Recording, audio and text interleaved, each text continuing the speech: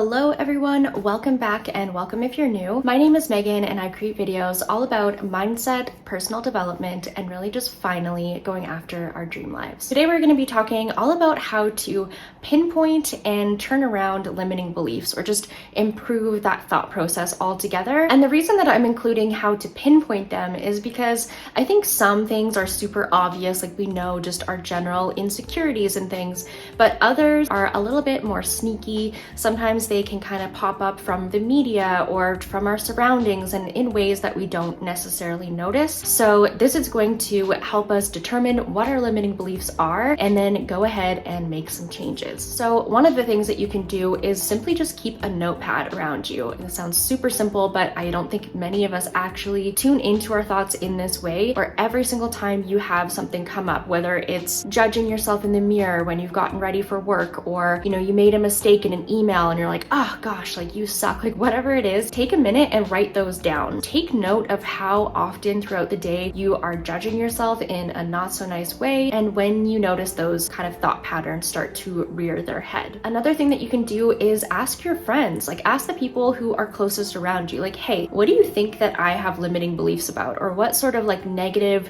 perceptions do I have about myself? Going to somebody who has your best interests in mind and can maybe give you a little bit of a different perspective on how they think that you think about yourself. The next one is to actually seek out kind of like meditations or I am statements, different prompts, I guess you could say, that almost like fire up this reaction in us. So things like, I am confident. If you don't feel confident, then that's going to kind of flare up to you as like, oh, that's a lie. So finding like meditations, tapping videos would be a great one. What is feeling not true to you? And I think that's a really great way to pinpoint like, oh, there's something that's underneath that. Like, why is it that that doesn't feel good for me when I say that out loud? And like, how can I get a little bit deeper to the root of that? Once we're a little bit more aware of what our limiting beliefs are, or these negative thought patterns we have about ourselves, now it's time to try and start to shift them and to turn that perspective a little bit so we can, again, rewire our brain. One of the easiest ways I think we can do this is taking that list that we've created with all of our negative thought patterns and then creating a column down beside it and simply starting to list evidence to the contrary. If you are feeling like you're not capable, or that you have something really difficult coming up and you're just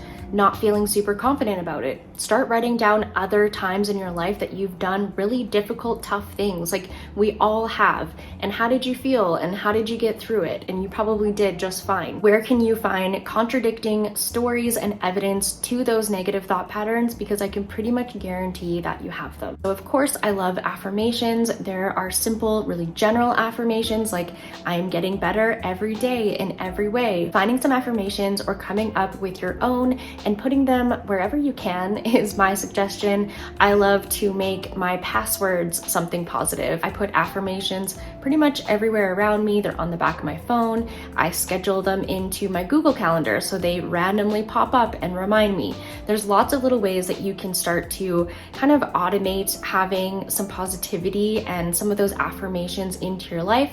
I do actually have a whole video on how to automate positivity, so I will leave that down below. Start to seek out expanders, and these are people who really represent what is truly possible. Can you find somebody who's had similar hardships or maybe comes from a similar place and is a representation of where you want to be or what is possible for you?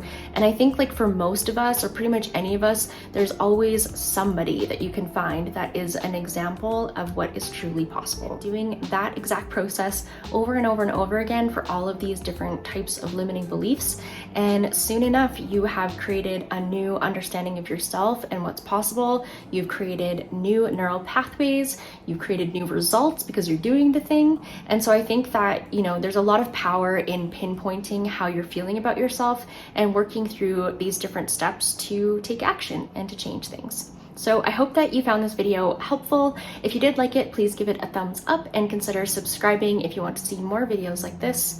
Come hang out with me on Instagram and TikTok in between videos. And other than that, I will see you all next week. Bye guys.